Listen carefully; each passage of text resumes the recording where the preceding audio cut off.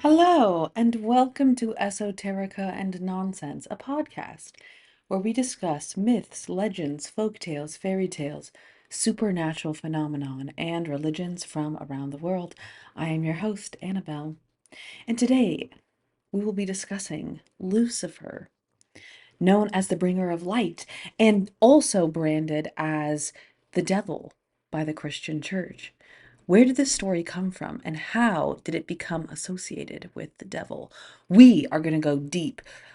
Unsurprisingly, there are stories from around the world with very similar themes. The most famous, perhaps at least here in the Western world, is Prometheus. But there's also even older stories, such as Enki, such as Loki, such as many others that have very similar undertones, currents, themes, trajectories. Nothing new. We all know. If you're new here, maybe you don't, but I'm sure you know. No folktale is standalone. Folktales, stories, legends, scriptures all often mimic each other from around the world. No surprise. So let's get into the nitty-gritty. Now is your time. Make yourself a cup of tea, make yourself a cup of coffee. We're going to sit down, we're going to get into it. I'm actually drinking some coffee right now. Let's pep up, everyone. Mm-hmm. Ah, damn good coffee. Let's get in to the nitty gritty. I'm so excited. We're also going to be touching on Gnosticism. We're also going to be touching on theosophy. We're really going to go in there. We are going to get in there as we try to do here. Let's hop right in. So, Lucifer, the name Lucifer, directly translates to light bringer or morning star. It comes from the Latin lux, meaning light, and fer, which means to carry. Maybe it's fere, the way it's spelled. Fere. Okay, so it's bringer of light. So originally, Lucifer was not considered a demon at all. Just to be clear, this is like a later branding. Lucifer first appeared in Jerome's Latin Vulgate, a translation of Isaiah 14:12. The verse refers to a Babylonian king compared to Hillel ben Shachar, a Canaanite deity representing the morning star, Venus, who rose too high and fell. Hmm. It's giving Icarus. So later, the Christian tradition fused this story of Hillel with Satan and the Serpent of Eden and the fallen angels of the Book of Enoch into one rebel figure known as Lucifer. Curious. Curious. No, seriously, this is such an interesting and important thing to recognize that I think is a very common theme in the modern colonized world. This idea of creating characters that are bad influences, demonic, of the devil, but they're actually an amalgamation of a bunch of different ideas. And it kind of reminds me of the princes of hell. Ooh, I should do an episode on that. But the princes of hell, there's like seven main ones, but the princes of hell are actually from older religions. And some of them are actually amalgamations of multiple deities. And then they became associated with the princes of hell to basically brainwash people to convert to Christianity. So they are demonizing other people's gods to then have them convert. And this is giving that. This is giving that. I also want to point out that the story of this Babylonian king, Hillel ben Shahar, Hillel, like in English, sounds like hell, right? And I don't think this is a coincidence, but that's just my opinion. Okay, so I think common things that are associated with Lucifer, I think even if you're not necessarily Christian or necessarily religious, I think things that have kind of been floating in the zeitgeist about Lucifer are themes of rebellion, but also themes of tyranny, hidden knowledge, pride, but also enlightenment, and awakening. And this is like a really interesting, this is a really, really interesting dichotomy here. And I think this is another thing that I want you to think about as we're learning about Lucifer. It is fascinating to me that a being who is seeking awakening and seeking to share knowledge is also vilified and demonized.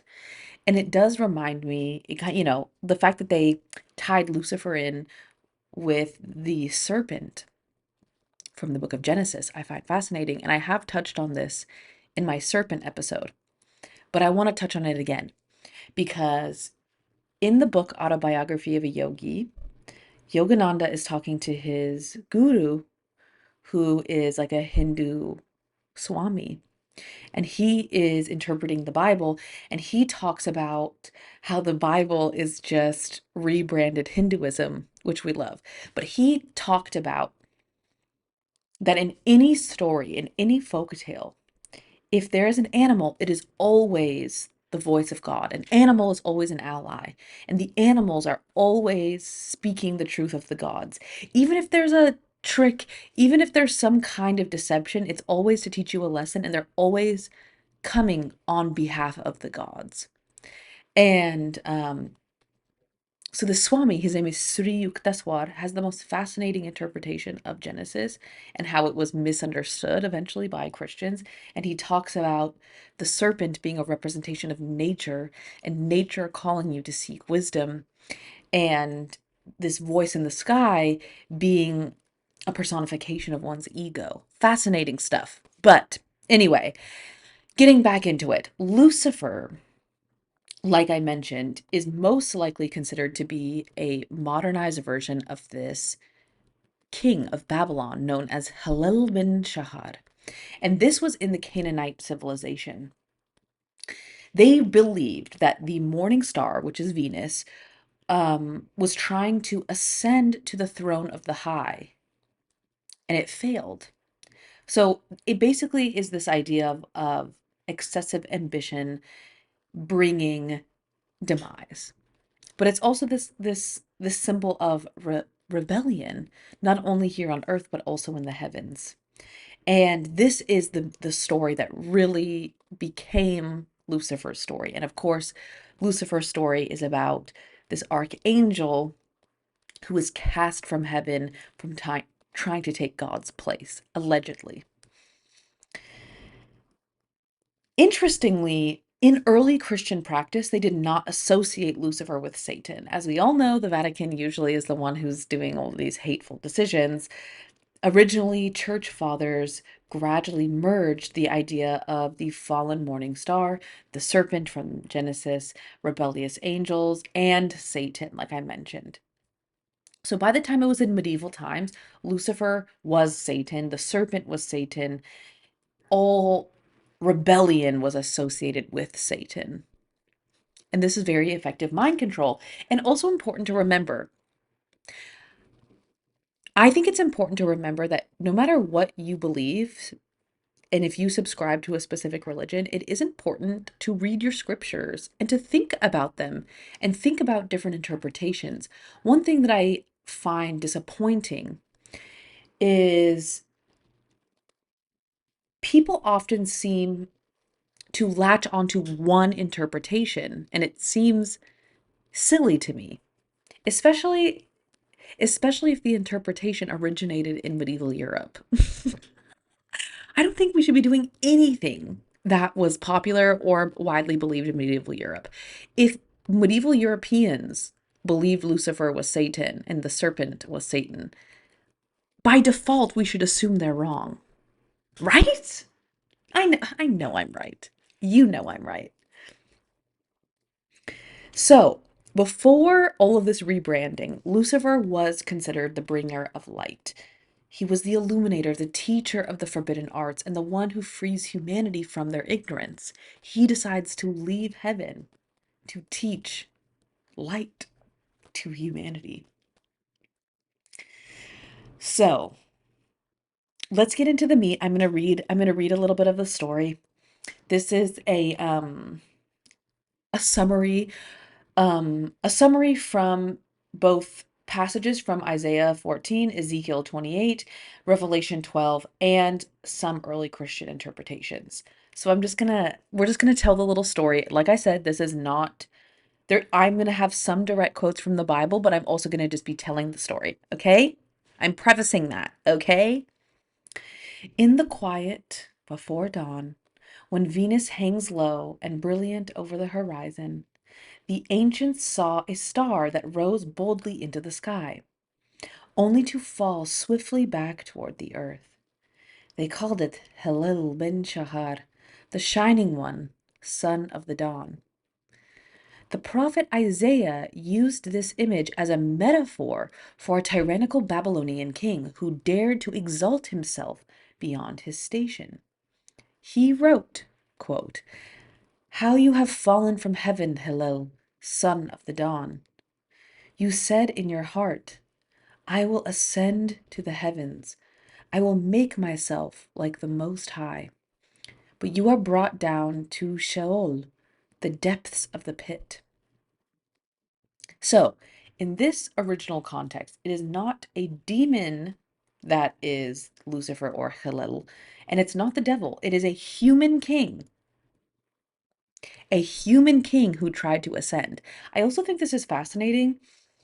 This does feel very Anunnaki coded, and we're actually going to get into this because there are a lot of parallels with the story of Lucifer with Enki, who is one of the Anunnaki pantheon.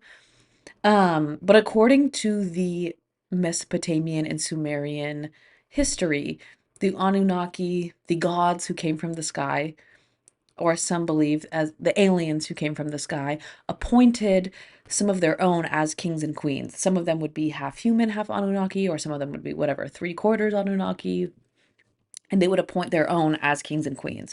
So this kind of does feel as if this human king, quote unquote, or this king appointed by the Anunnaki, perhaps tried to rival Anu. And the reason why I feel like this is Anunnaki coded is there are so many stories from the Mesopotamian and Sumerian traditions of people or kings or higher ups disagreeing with the rulership of the Anunnaki and being punished. And so those stories seem to be repeated throughout time.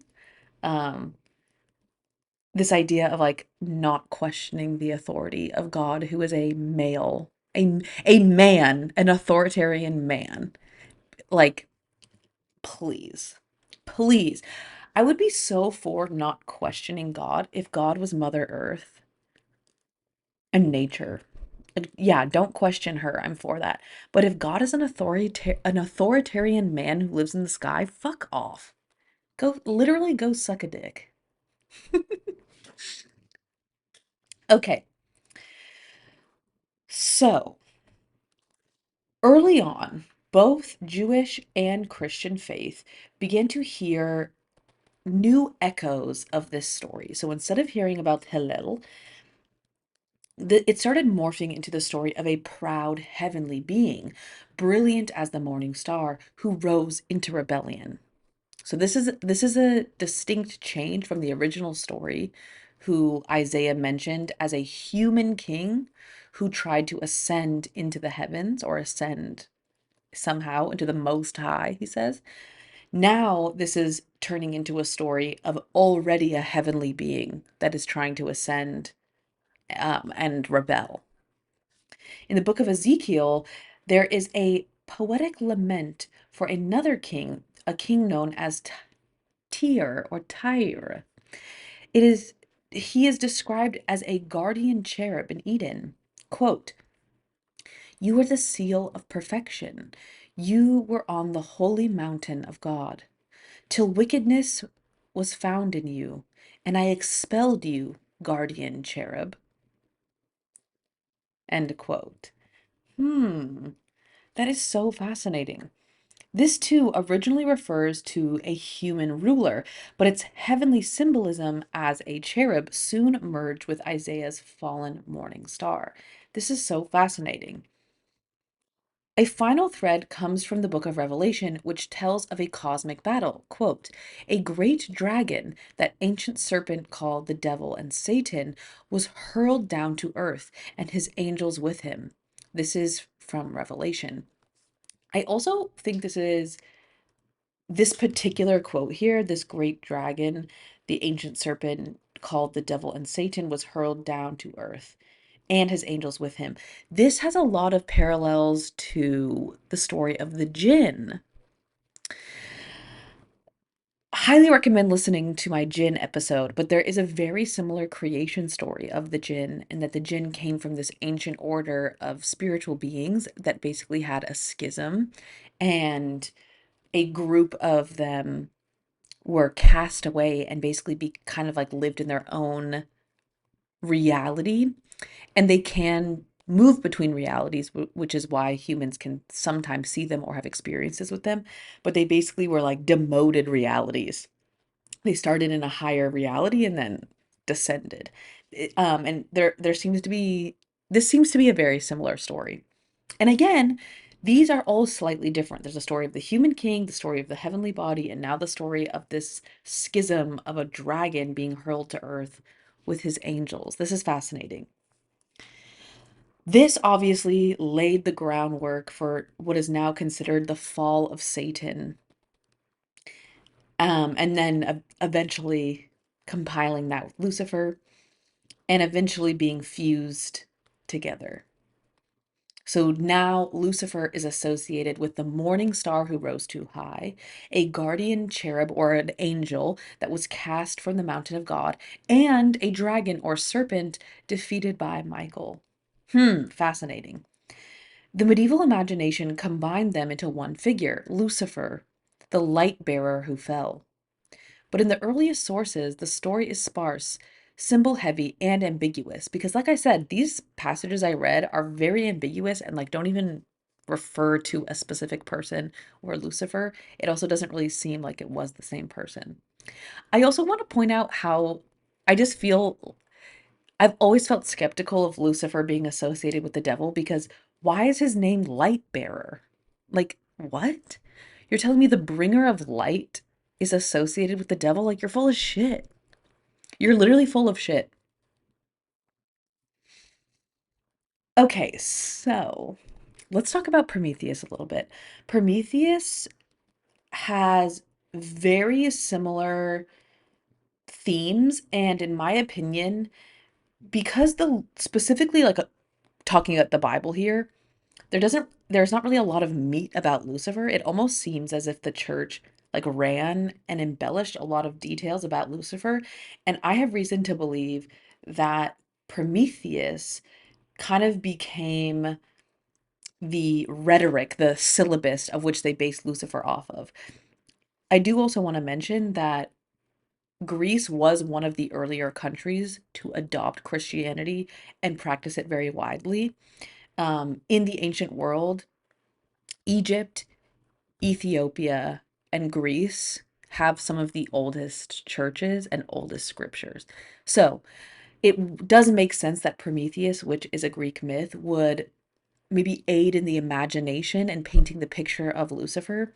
And to me, it's very clear that the lines blurred and they are blended. But before we get into that, let's take a quick break.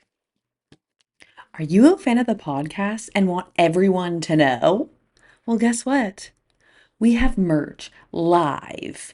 There are sweatshirts, t-shirts, tank tops, water bottles, stickers, all kinds of things. There's also some other like random fun things of my personal art. But why not get a tote bag, a tumbler, and a hoodie to tell the world that you listen to the pod?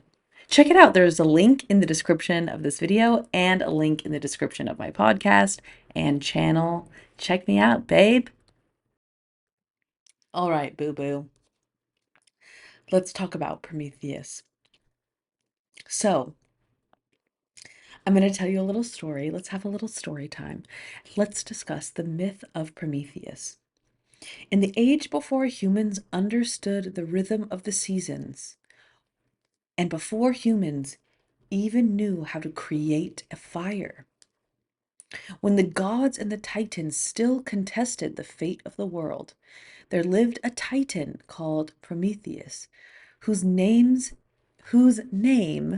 means forethought.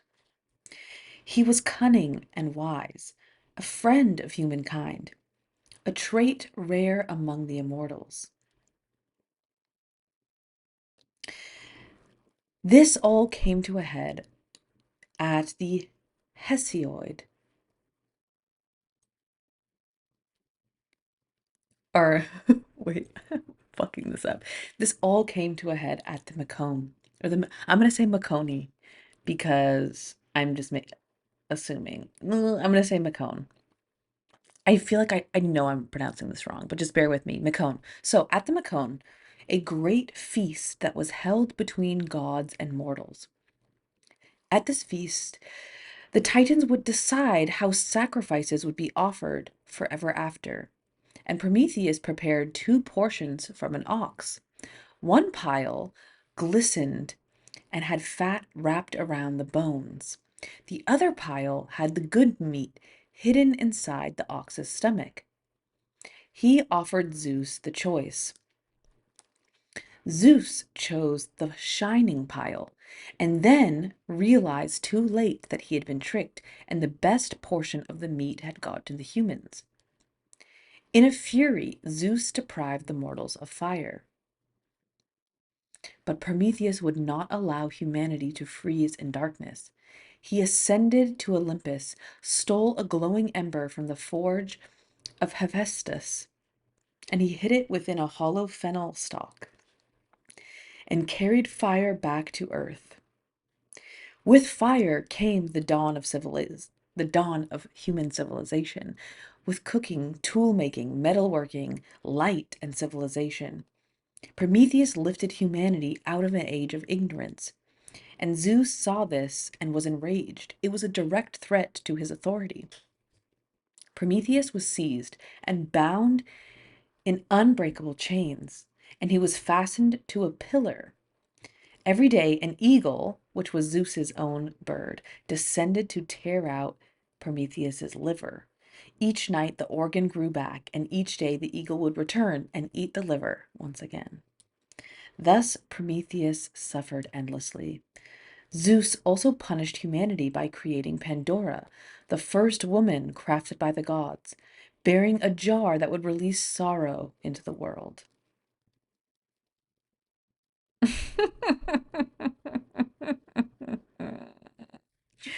I'm sorry, this just feels so coded in sexism. But like I'm just listen to that. Like Zeus is mad that Prometheus brought humanity fire and that humanity got the better portion of meat. And so to punish Prometheus, he's basically being crucified. And then he releases Pandora, who is a woman and a bearer of sorrow. We all know about Pandora's box. Like, come the fuck on. This does really feel Anunnaki coded. This does really feel like a colonizer in the sky hating humanity and controlling them with poverty and and also just throwing in a quick story of misogyny. Women, the bringers of sorrow. Like, please. In this story, the bringer of sorrow is Zeus. Zeus is a dick. He's the creator of sorrow with fucking poverty. Wow. It just really hits me sometimes. Like, misogyny is such an old program. This program is thousands of years old, and it's just been cooking away at our brains.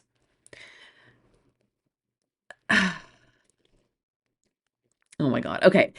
So, another interesting story about Prometheus, this is kind of like another side quest story, is the story of As Asclepius. I think I'm saying that right. Asclepius.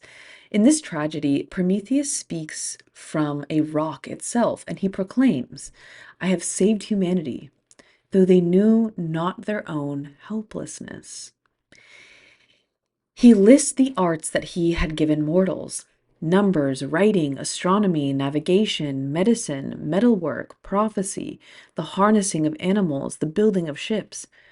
Every skill that humans have, he declares, comes from Prometheus. This sounds so much like Enki. Now, what I find so interesting about this story of Prometheus, it's clear that the Christian story of Lucifer is inspired by Prometheus. Because, as we discovered, there really isn't that many direct reference to Lucifer in the Bible. And there seems to be a lot of embellishment, and it does seem very Prometheus informed. What I also find so fascinating is being condemned for helping humanity. How is that demonic? What? Now, this is where it gets interesting because this has so many parallels to Enki. Enki is a member of the Anunnaki, who are the gods of the Mesopotamian religion. As I'm sure you've heard, many people believe them to be aliens. Perhaps aliens and gods are the same thing. Who knows? But according to the Mesopotamians and the Sumerians, they wrote detailed histories. And interestingly, in their language, they did not have a word for religion. And that is something that I think is commonly misunderstood in modern society and research of specifically the Mesopotamian and Sumerian cultures. They believed and they wrote that these gods came from the sky and created their civilizations, and that their kings and queens were directly related and descendants of these beings, right? So this is not a religion, these are their histories according to them, okay? So, who is Enki? Enki is one of the sons of Anu. Anu is like the head king of the Anunnaki. From what I understand, Anunnaki is it means those who descend from Anu.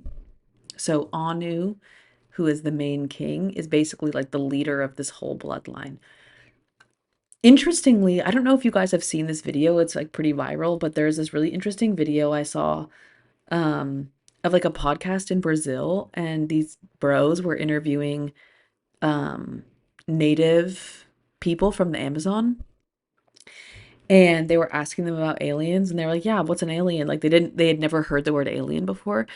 And then they showed them a picture of like an alien, like the classic gray alien with the big eyes. And the native people of the Amazon are like, "Yeah, those are Anunnaki." What? Crazy town. Crazy talk. Really interesting. And also, in the Hopi tradition, to the natives of North America, they also call the ant people Anu. Again, I'm not making this up. This is real life, you guys. If you don't believe me, you should do your own research. Actually, you should be doing your own research. I'm doing this to inspire you to do your own research. I don't have a research team. I'm one guy. I'm fascinated in this stuff. I think about it all the time. I'm informed by my own life experiences, my own crazy, freaky dreams I've had, and I'm just doing my own detective work. But like, you should be doing too. And sometimes I get these ideas because people write in. I actually do want to have an honorable mention. A listener emailed into the pod. I actually didn't get confirmation if I could share their name, but let's call them, what's the first initial of their name? Let's call them K. K wrote in and requested this subject, which I'm so thrilled. I've been meaning to cover this for so long. And we're doing this together. I feel like if we all put our heads together, we can start uncovering the mysteries of the ancient world. They've been keeping secrets from us. They've burned books, they have burned libraries, they have rebranded things. And I no information can actually be destroyed because we have a hive mind. All consciousness is a hive mind, and we can tap into the internet, not the internet, the internet. Okay. Okay. So I'm totally getting off the rails right now. We're talking about the Anunnaki. Anu is the main king of the Anunnaki, allegedly the colonizer of worlds. According to the histories, they had colonized many planets. They came to Earth to mine for gold and other precious metals, mostly gold. Anu did not find interest in planet Earth because he sought higher levels of gold, but gave Earth to two of his sons almost as like a pet project, almost as like a gift, mostly because Earth was particularly beautiful and almost like a Goldilocks planet, if you will. Gorgeous, diversity, great weather, a very gorgeous and inhabitable planet. So Anu had many children, but two of his like most famous children are known as Enlil and Enki. Enlil is his legitimate son. So Anu had Enlil with his sister, which makes him of royal descent. And so Enlil was given planet Earth, whereas Enki was kind of like not the main king, but as he was an illegitimate son, I mean, as the story often goes, was much more ambitious and more educated. Um, so he was known to be able to do biological experiments to create a new creature and have someone incarnate into it. Um, Basically, like a scientist, an alchemist, a builder of many things, an architect, not only of physical things, but of flesh. So some people believe, like in the Bible, the story of God making humans out of clay, like is actually Enki bioengineering humans, whereas Enlil would be like the authoritarian God who is telling people what to do. So as they are brothers, they feud a lot. And basically, the dynamic is that Enlil is kind of giving Jeffrey Lannister or Joffrey Lannister, it's giving like spoiled prince who knows nothing. And Enki became associated with caring about the people. In a way, he's the father of the people because he created them and therefore cared about their well being, cared about their education. And as a mad scientist, had a scientific interest in watching humanity grow and watching their brains expand, blah, blah, blah, blah, blah, blah. So, according to some of the stories, Enlil and Enki would have many fights, and eventually Enki descended into the ocean to hide from his brother where he lived out his days. So some people believe like the stories of Poseidon are also based off of Enki.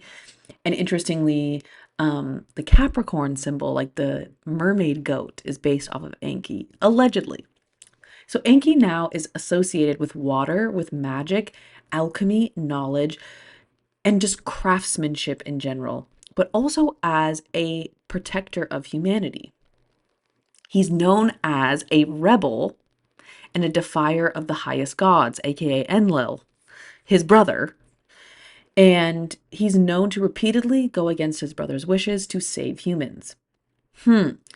It is said that Enki warned Zeusudra of the Great Flood, which in the Bible, of course, is Noah. He gave forbidden knowledge to humans. He is considered rebellious, cunning, and deeply tied to wisdom. And this is what I find so fascinating. So, some people interpret the Bible that God is basically these two brothers.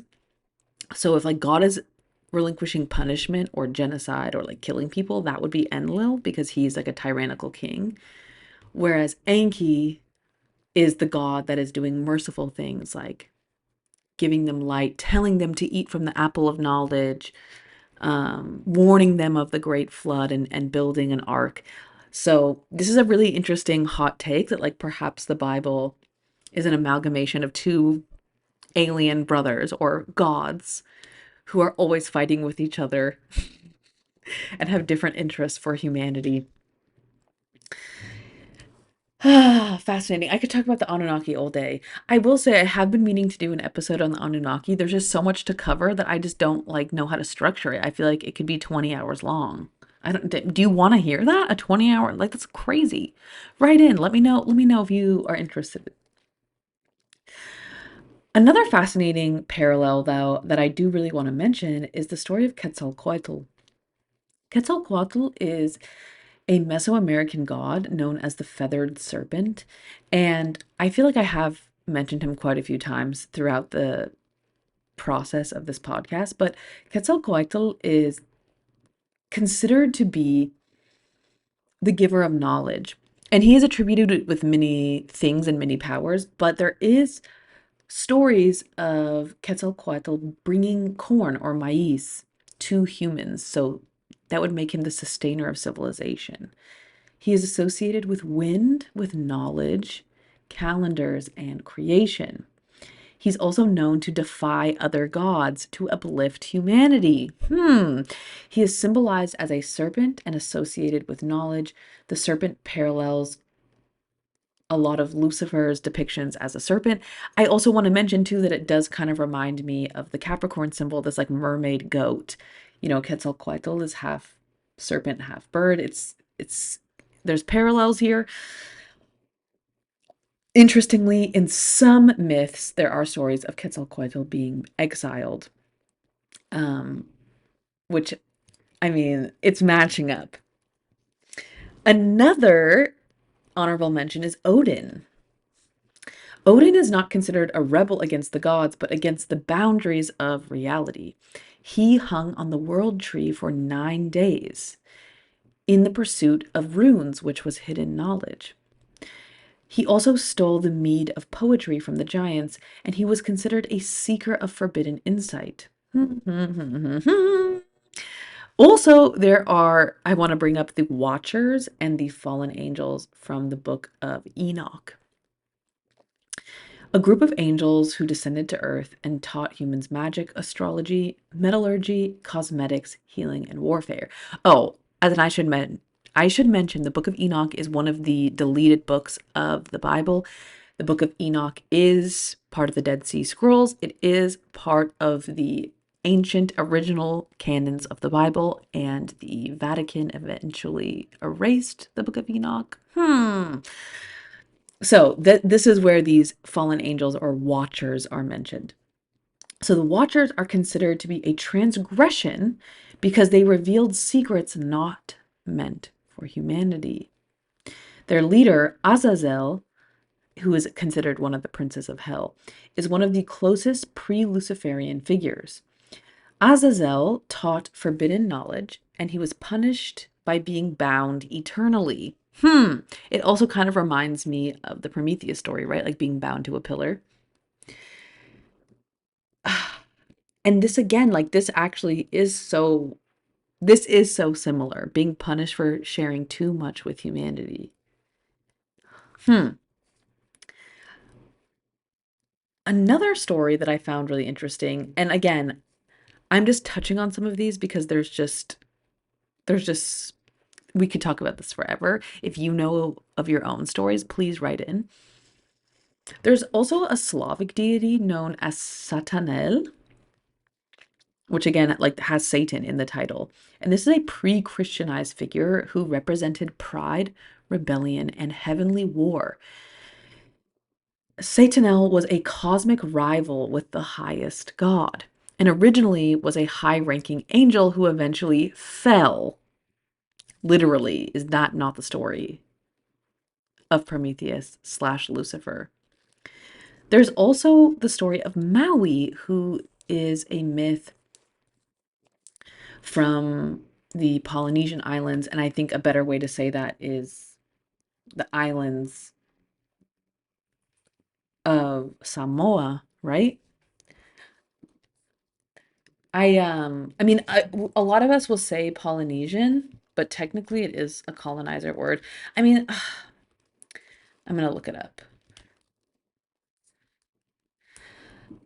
It's just kind of impossible. This is like what's so hard about English, and I think we need to think critically about this. Ugh, let's take a break. Hi, it's me, Annabelle, and if you've made it this far, I appreciate you so much. Please like and subscribe my channel, my page.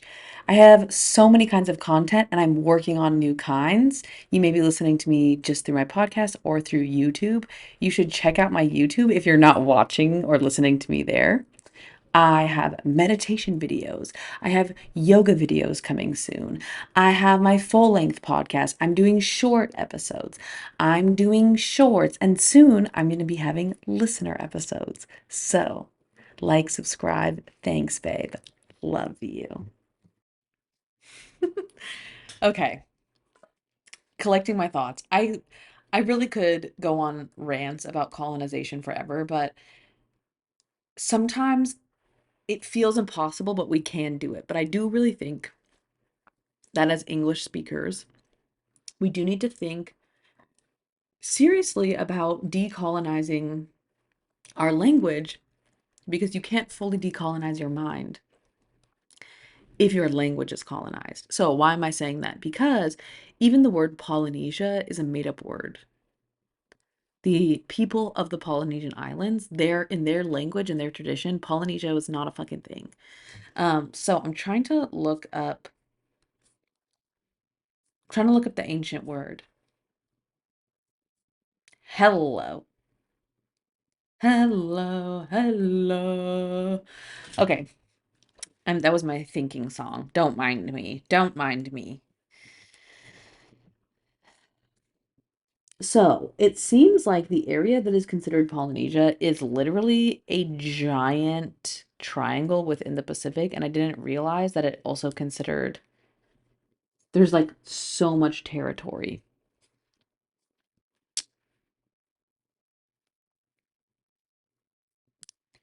Oh my God. Okay, my Googling skills are slacking right now, so please forgive me. And if you know a better term to describe Polynesia, write in, babe. Let's fucking end this shit. Let's fucking end this shit. End it. Okay, but what we're talking about right now is Maui. Maui also, in the story of Maui, he stole fire from the underworld to give to humans. He was a challenger of gods who bends or breaks cosmic rules, brings culture and civilization to humanity. Again, Prometheus parallels.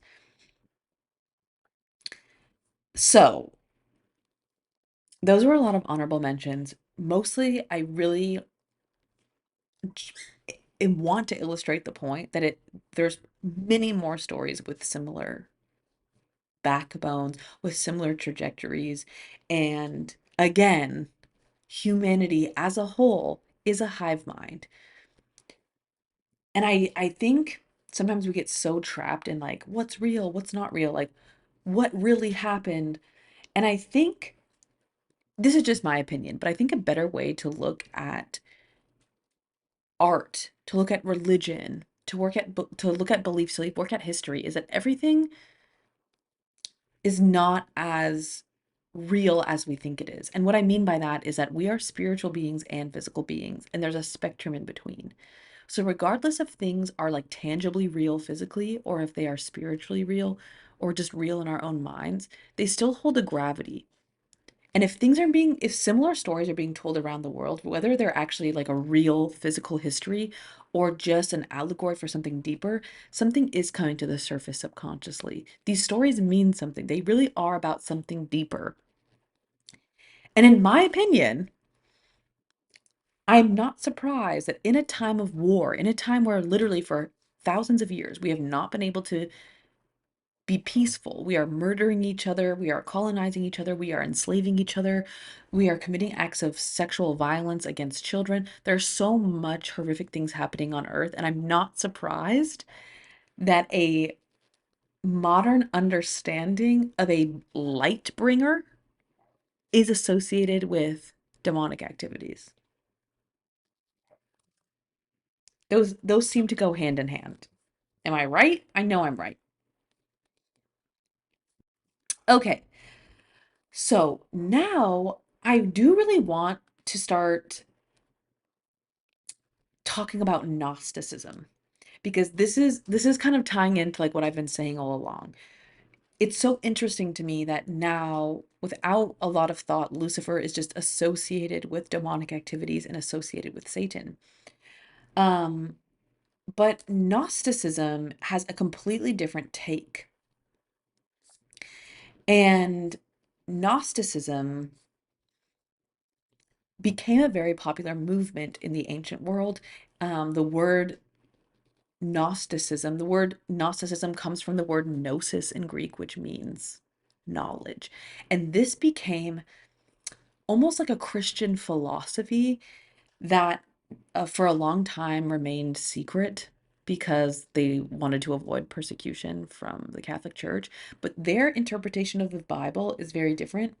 And I do really want to get into that. So, Gnosticism started between the 1st and 4th century CE, which is around the time that Christianity started. The first Christian church was built in what, the year like the year 30 or something in Egypt.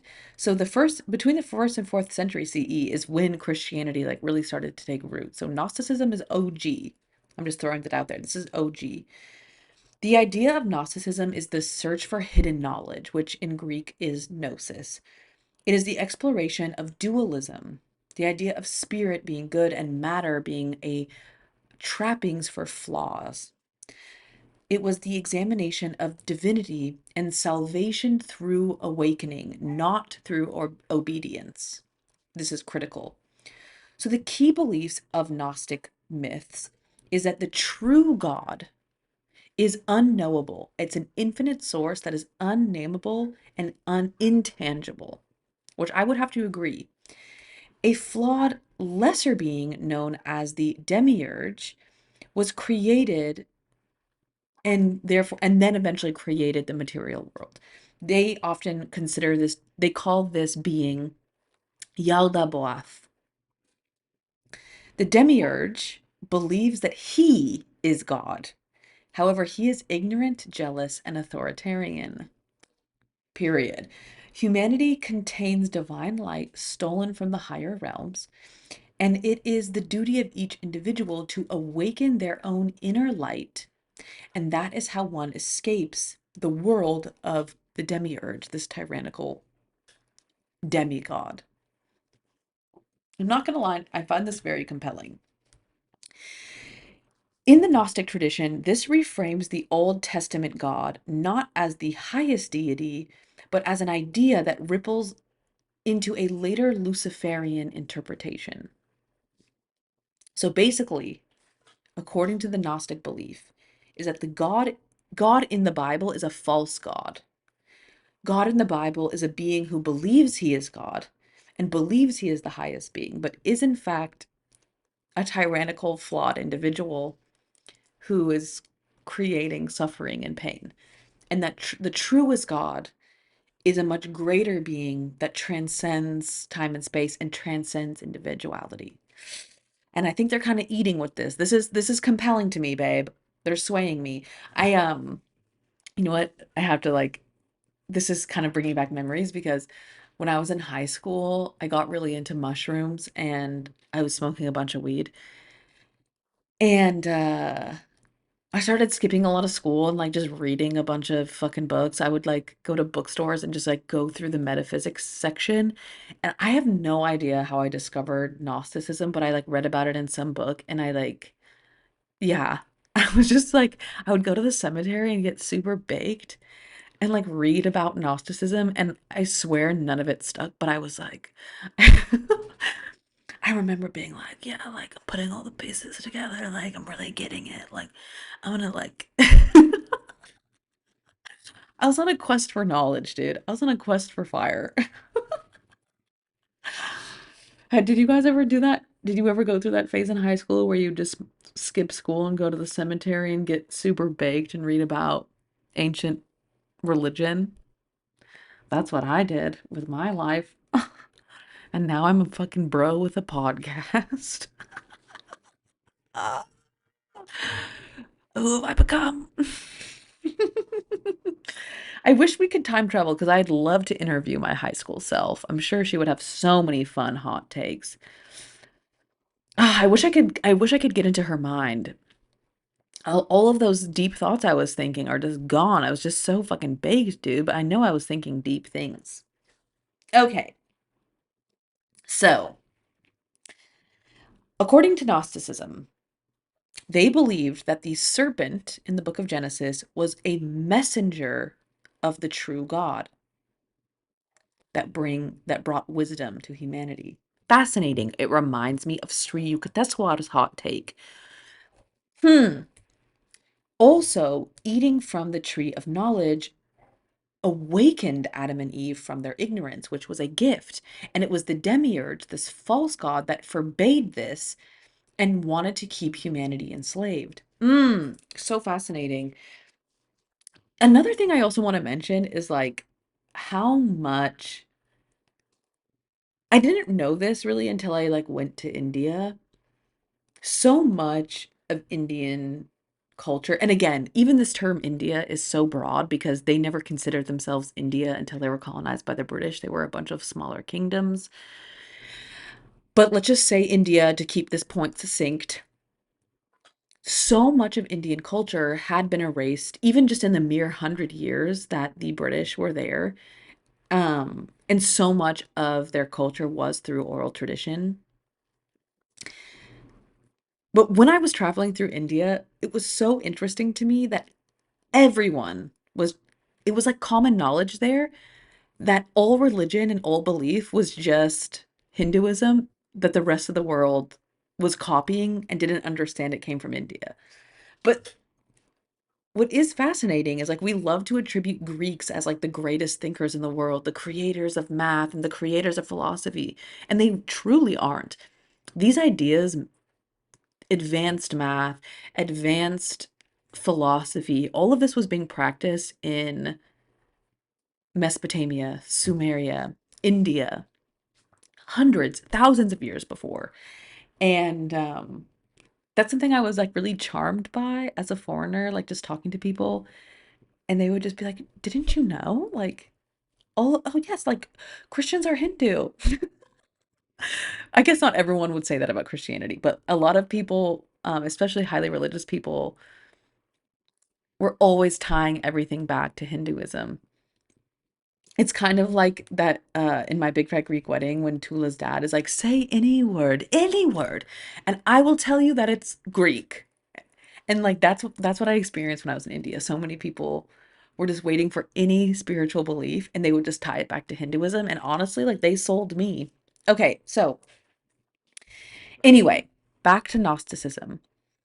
They again are believing that Lucifer, this bringer of light, is really just a small allegory for this bigger idea that God itself is an intangible concept and that the demiurge, this false god, is like tricking people and trying to keep humanity enslaved. So, the reason why they chose Gnosticism as the term for this philosophy, religion, is this idea that knowledge is liberation and that ignorance is the tool of the demiurge. They believe that knowledge would awaken the divine spark in humanity. And this really kind of ties into Luciferian philosophy. A key part of Lucifer is this idea of rebelling against the demiurge. Some Gnostic stories describe angelic beings resisting the demiurge to help humanity. Those rebellious messengers align with the Promethean and Luciferian archetype. And again, I just want to bring up like Gnosticism was created before Rome even sanctioned Christianity as its main religion. Like this is some OG belief. And I think that's like most people have never even heard of Gnosticism, unsurprisingly. This idea of a light bringer would be considered to be a savior, like duh. Although not named Lucifer, many Gnostic texts revere Sophia, who is considered to be a bringer of wisdom, also Christ as a liberator, a bringer of wisdom, a bringer of light, and also the other angelic bearers of light. And again, at this point, the term Lucifer didn't even exist. Lucifer was created in the Latin tradition And again, telling on themselves is considered the bringer of light. Like, hello. So I do really want to now touch on like the history of how the church started interpreting Lucifer, because as we all know, people were practicing Christianity long hundreds of years before Rome sanctified it, and then Rome started tweaking things, erasing books, changing the perception. They're PR geniuses, okay? That's one thing we can give them credit for. These bitches know how to do PR. So it wasn't until um around the 4th century CE, when that is when Jerome's Latin Vulgate described and retranslated that quote from Isaiah 4:12, and it changed morning star to Lucifer. And at this point, it was not intended to be a name for Satan.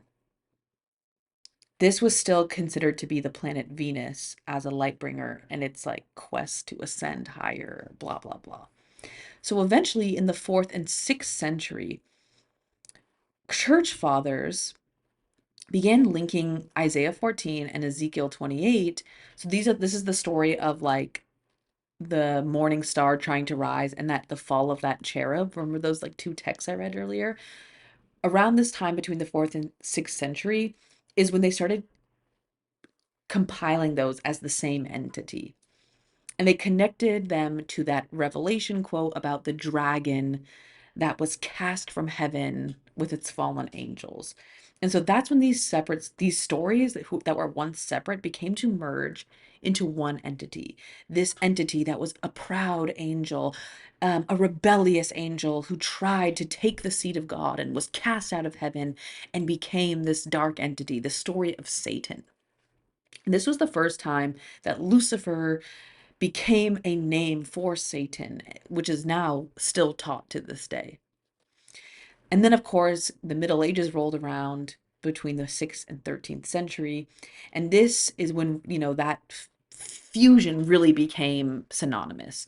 Theologians fully equated Lucifer with Satan.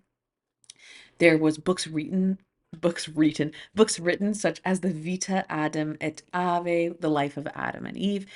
And in this story, they talk about how Satan refused to bow to Adam and Satan rebelled and the fall of the dark angels. And many artists and writers at this time were fascinated with Lucifer and even like, making sculptures of him, associating him with the devil and temptation and rebelling against God. And it's just so interesting, though, that it's like, yes, consuming knowledge is satanic. Like, it's so obvious. Like what? Why why would your God be against you consuming knowledge and your devil be pro knowledge? Like that doesn't make fucking sense, bro. Okay. And then, of course, Dante's Inferno comes out, right? This revolutionizes the Christian world. The Christians were rock hard when Dante's Inferno came out. That was between the 14th and 17th century. Dante's Inferno really became a major part of the zeitgeist. This depicts Lucifer as the great fallen angel in hell, right? And like this really hit home this vision. Now people are like seeing Lucifer in their mind as this like hot angel with a six pack who is Satan. And then, of course, eventually in Milton's Paradise Lost, this transforms Lucifer into the tragic and proud rebel. And these works really locked in the identity of Lucifer as the devil, right? And I think all of us, even those of us who weren't raised religious, like can see Lucifer as this like Grecian statue with a six pack and angel wings, who's like emo and like a hot bad boy, right? And this is like completely made up. This is like completely a fantasy that was created through literature and demo demonizing and vilifying older deities associated with bringing light to humanity. Let's take a break. Esoterica and Nonsense wants to hear from you. We have listener episodes coming, and I want to tell your story.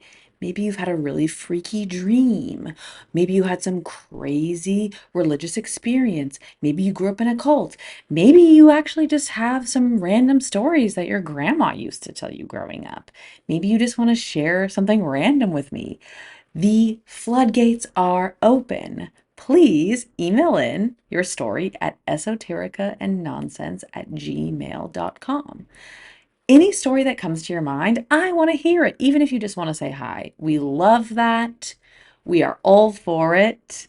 And get ready for some listener episodes coming soon.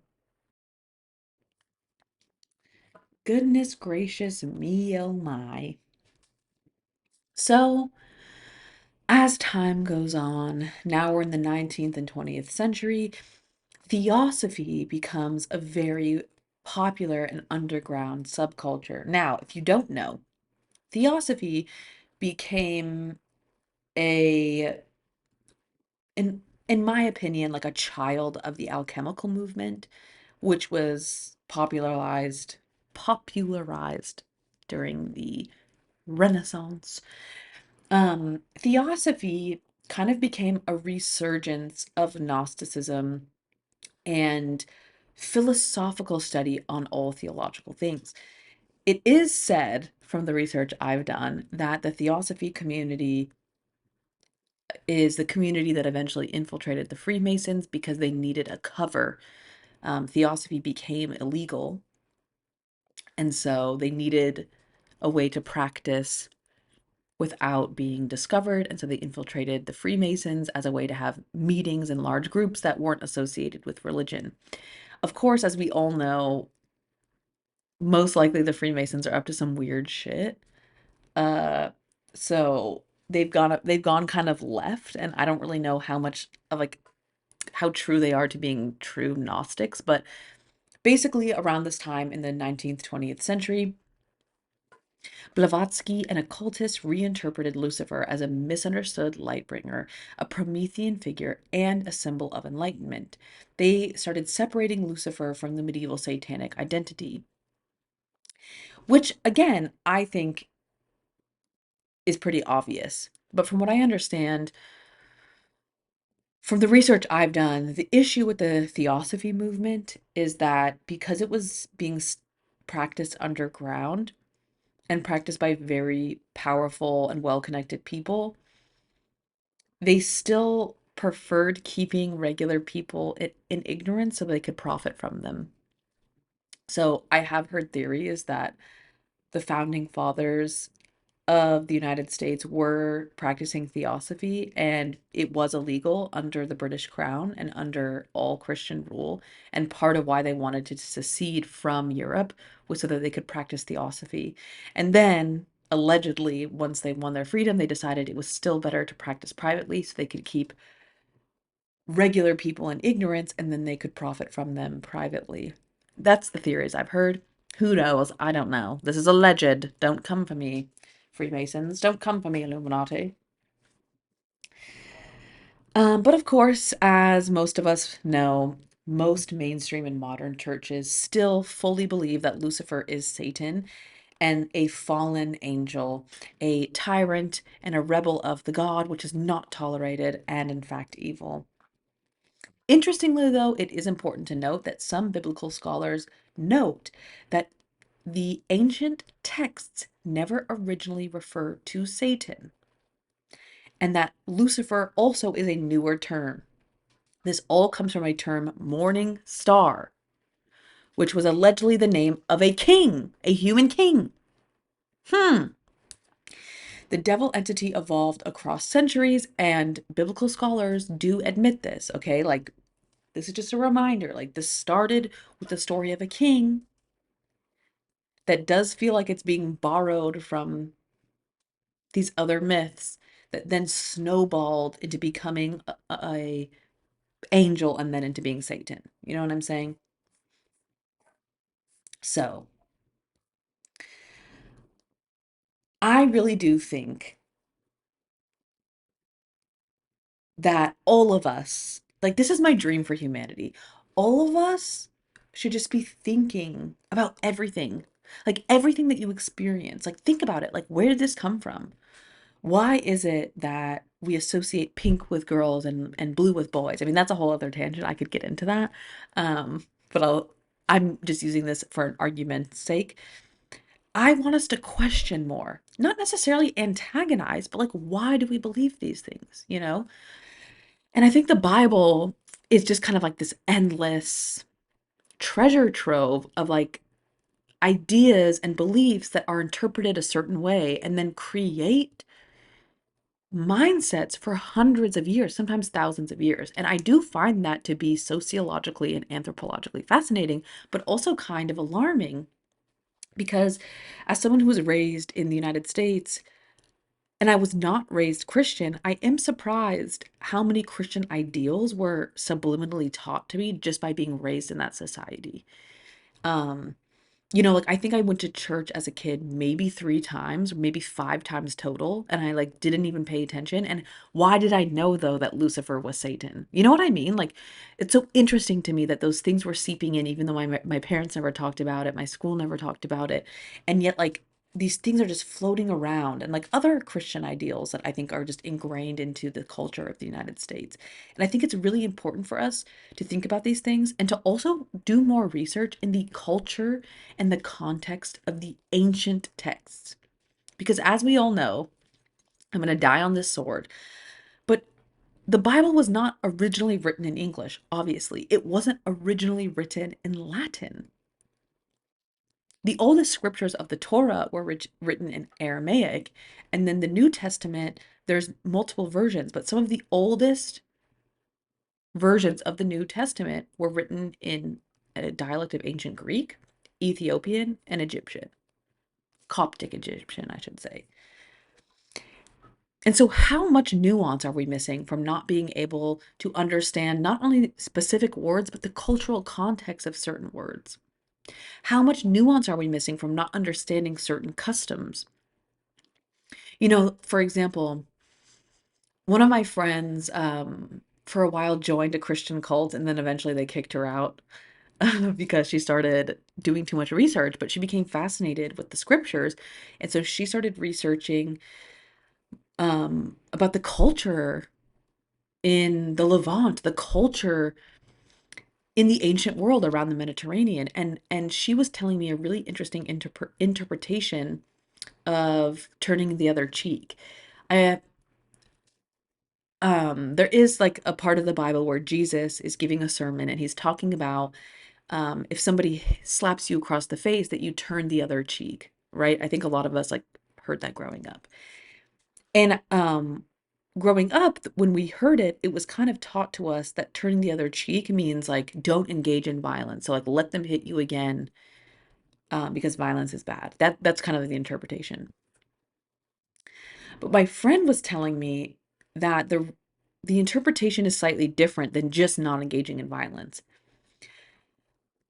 The reason why you turn the other cheek is because naturally when somebody hits you, your head turns and then naturally they backhand you.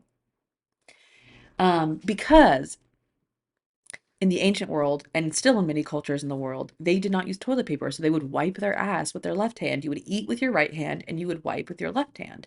So you would never hit someone with your left hand. It was unsanitary. People weren't using their left hand. So presumably somebody would slap you with their right hand and your head would turn by the impact. And then naturally they would backhand you because your head was in the proper direction to be backhanded. And so my friend was explaining to me that this lesson of Jesus was not about just nonviolence. It was about using nonviolence, but also standing up for yourself, not allowing yourself to be backhanded. It wasn't a literal lesson about not letting yourself being backhanded.